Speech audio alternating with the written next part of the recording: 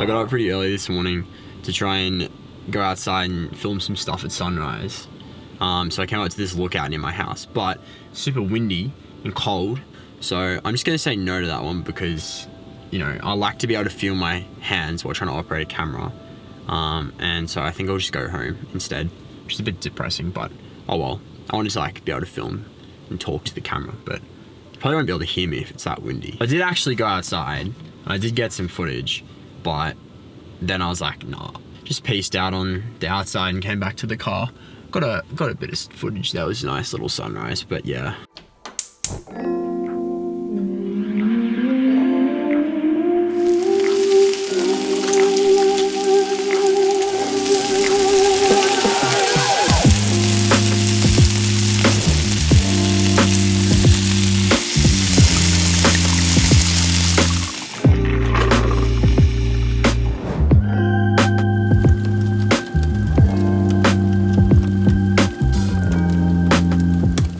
So I've been finding recently that like, because I've got so much to do, I'm finding it really hard to be creative because like I'm a full-time engineering student. So as someone who's trying to pursue a side hobby of photography and YouTube now, and like with all this extra time that we've got in isolation, I've been trying to, you know, take advantage of it to make some extra stuff, which has been really fun. I've been trying to allocate myself some time each day to take a photo, and then occasionally on the weekends when I have some spare time, if I've done all my assignments, to make a YouTube video. But the thing that I've been finding pretty difficult is like transitioning from doing my assignments and sort of thinking logically because I have to do all this ridiculous maths to going over and being creative, which is, you know, your brain's like, what are you doing? And that can be pretty hard. So, because, you know, I'm a wise old 19-year-old, I've learnt a couple little things over the past few weeks being stuck in my bedroom all day that have sort of helped me be creative basically when I am trying to do a bajillion things at once. And hopefully you'll also find them helpful. Don't know if I have any credibility or if I'm just saying things to the internet and hopefully someone finds them useful. Stress is like no to creativity, hates it. Yeah, I just find like if I'm putting pressure on myself to try and take a photo or make a video in a certain amount of time, because I'm like, all right, I'll do my assignment in the morning, and then once I've done like 3 o'clock or something, when the sun's like coming nice through the window, and I want to take advantage of that to take a photo, like I'll be like, all right, from 3 to 4, I'm gonna take a photo. And what I find is if I try and cram it into that like time space, I'm just like, because if I get to 3:50 and I'm like, I'm not happy with the work I've done, I just feel terrible because I'm like not keeping up with my schedule. My assignment's gonna not get done or whatever. So what I try to do instead is like get the work that I need to done earlier in the day, and then just go, okay, so now I'm gonna relax and do my photography or whatever. And if you can't do that, because like obviously realistically, you know, I'm a terrible procrastinator, so you know, I'm not gonna necessarily have all my work done early in the morning, and I'll have to like keep doing it later. If I'm trying to make the best photo that I possibly can each day, which is great, you know, I like aiming for that because I'm trying to improve and everything, but if you like set your expectation really high and then you're like, oh, this photo sucks, then you're just gonna feel trash, and when you go back to work, you're just gonna be like, so, you know, if you can try and lower your expectation and then remove that stress that you put on yourself of trying to do a really good job, you find that it'll be much more fun and much easier to just do something instead of being all stressed and then being like, ugh.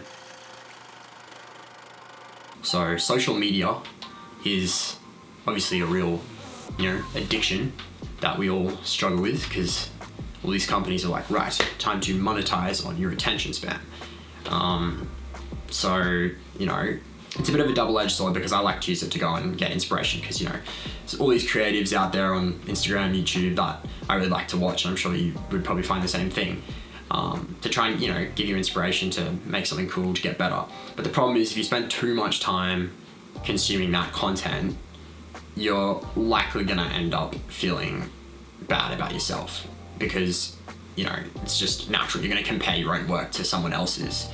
And that is just gonna make you feel unhappy. And if you're trying to compare, you're just gonna like not have fun, and you're just gonna feel trash.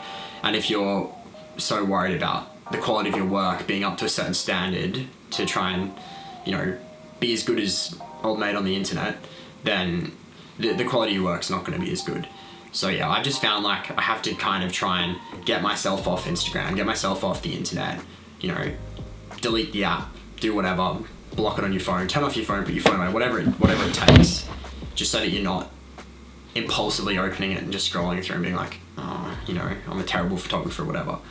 So, and then once I've done that, I find I can really kind of do my own thing, like try and embrace my skills and where I'm at, and just enjoy the process of learning and, you know, having fun, because that's the whole point, right?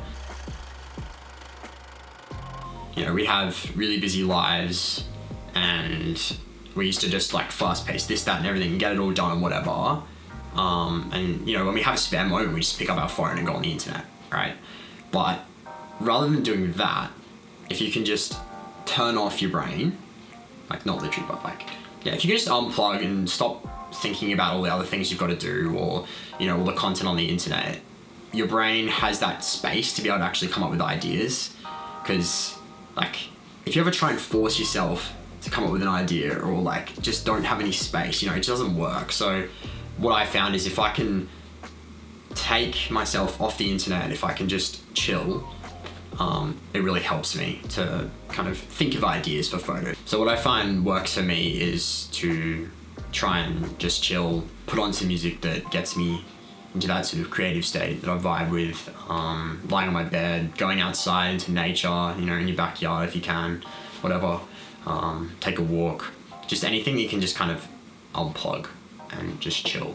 Like the other day I just went and sat on my roof, pretty random, but just like disconnect you, and you can look at the sky and look at the trees and things and be like, ah, that's cool. And the last thing is just to try and have fun with it. Especially like for me, because I like often put a lot of pressure on myself to be like, oh, I've got to do the best work, and like, you know, trying to hustle, I guess, with YouTube or whatever. But I guess the one thing that I have like the ability to do, luckily because I live at home, I don't have to try and, you know, make any money off this. So I guess if you can try and just have fun with it, rather than trying to force yourself to be the best, then you're gonna have such a much better time, because, you know, you're just having fun, and that's the point, right? I mean, I'm assuming that's why you want to do this anyway, because you like it. So don't try and, you know, put so much pressure on yourself to try and do the best you possibly can. If you just have fun, you know, you can probably find you'll be a lot more creative if you just like vibing. How long did I ramble for? 10 minutes.